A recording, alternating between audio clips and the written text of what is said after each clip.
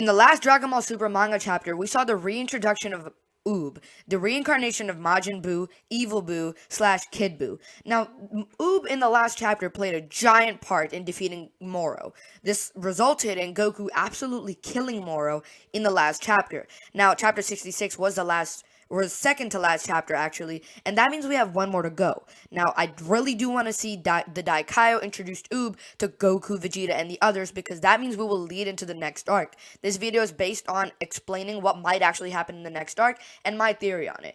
Now, UUB was introduced to us in the last chapter. Of course, we know of him from GT, and we also knew that he existed because, well, in the end of Z, Goku did want the reincarnation of Z and reincarnation of Kid Buu, and King Yama actually heard it, granting his wish. So, this chapter, we saw the Daikaio holding Kid Buu, reincarnation of him at least, and he gave his energy to Vegeta to lend to Goku to defeat Moro. Now, this energy was so giant that he created a spirit bomb more powerful than all of the Z fighters combined. And this UUB right here has zero training. He has not trained a single day in his life yet. He's just a normal village kid, and we saw his village here, much like in the original GT series that we never actually, it was in canon, but we do see his village is exactly the same. The theory of UUB is exactly the same. And somehow this kid produced this much energy to power Goku, right? And this Goku, when he saw this amount of energy, he said, God power, I feel divine strength. Which means that this amount of ki right here is all God power coming from UUB, who has had not a single day of training in his entire life. But not only was it God power and divine power, it gave Goku the strength boost, the power boost to turn into Master Ultra Instinct once more.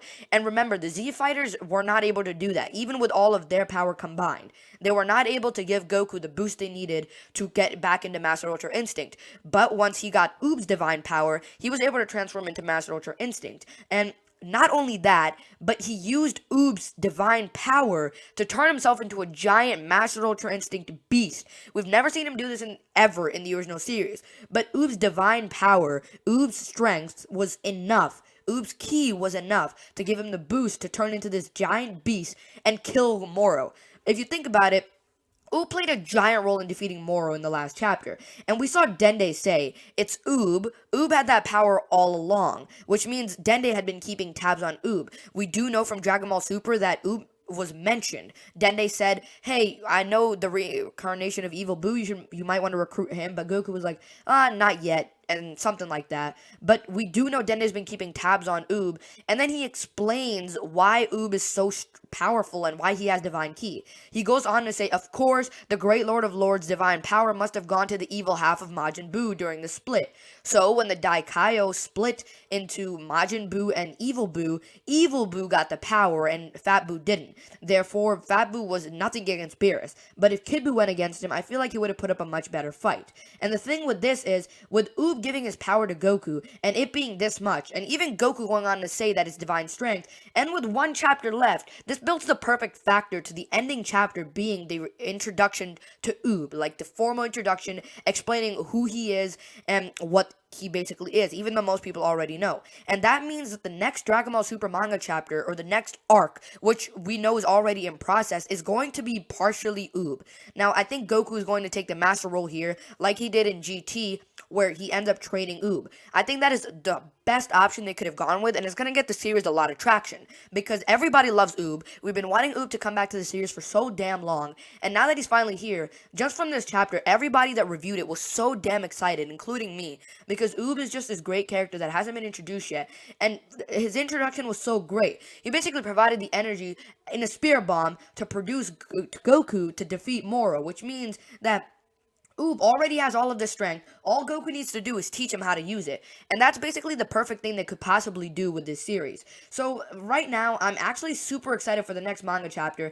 And if it ends up actually being about UUB, is UUB next? That would actually be the most exciting thing to me, in my opinion. Because UUB is one of my favorite characters. And I've been waiting for his reintroduction forever. Especially with Fat Buu there. I feel like him and Kid Buu would, or him and Oob would be like really good friends, and if the Daikaido even takes over for some time, he might actually end up helping Oob to access some of his power, with Goku helping along the lines too.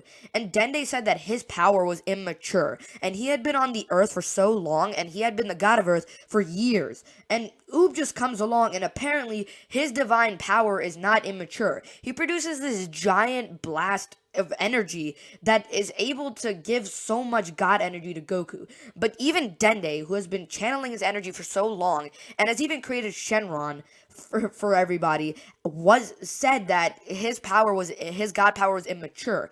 But Oob just swoops in, says, well, I put my hand up. He didn't even know what he was doing. The Daikaido just said, put your hand up, we need your energy. And Oob was like, oh, am I doing it right? So that's what really intrigues me of how Oob is actually all this powerful in this manga chapter, and I'm really excited for the next one, which is of course coming out on December 20th. Hopefully we get some spoilers for it from Dragon Ball Hype. We'll probably get it in the 2 weeks before or 1 week before it, so I'll be covering those. Make sure to go check those videos out, and I'll definitely be covering December 20th, the last chapter, which is going to be freaky crazy. I'm really hoping for it, and yeah, so I hope you guys did enjoy this video, and if you did, make sure to leave a like and subscribe. Hit the bell to be part of the Super Saiyan 4s. Thank you so much for watching, and I'll see you in the next one.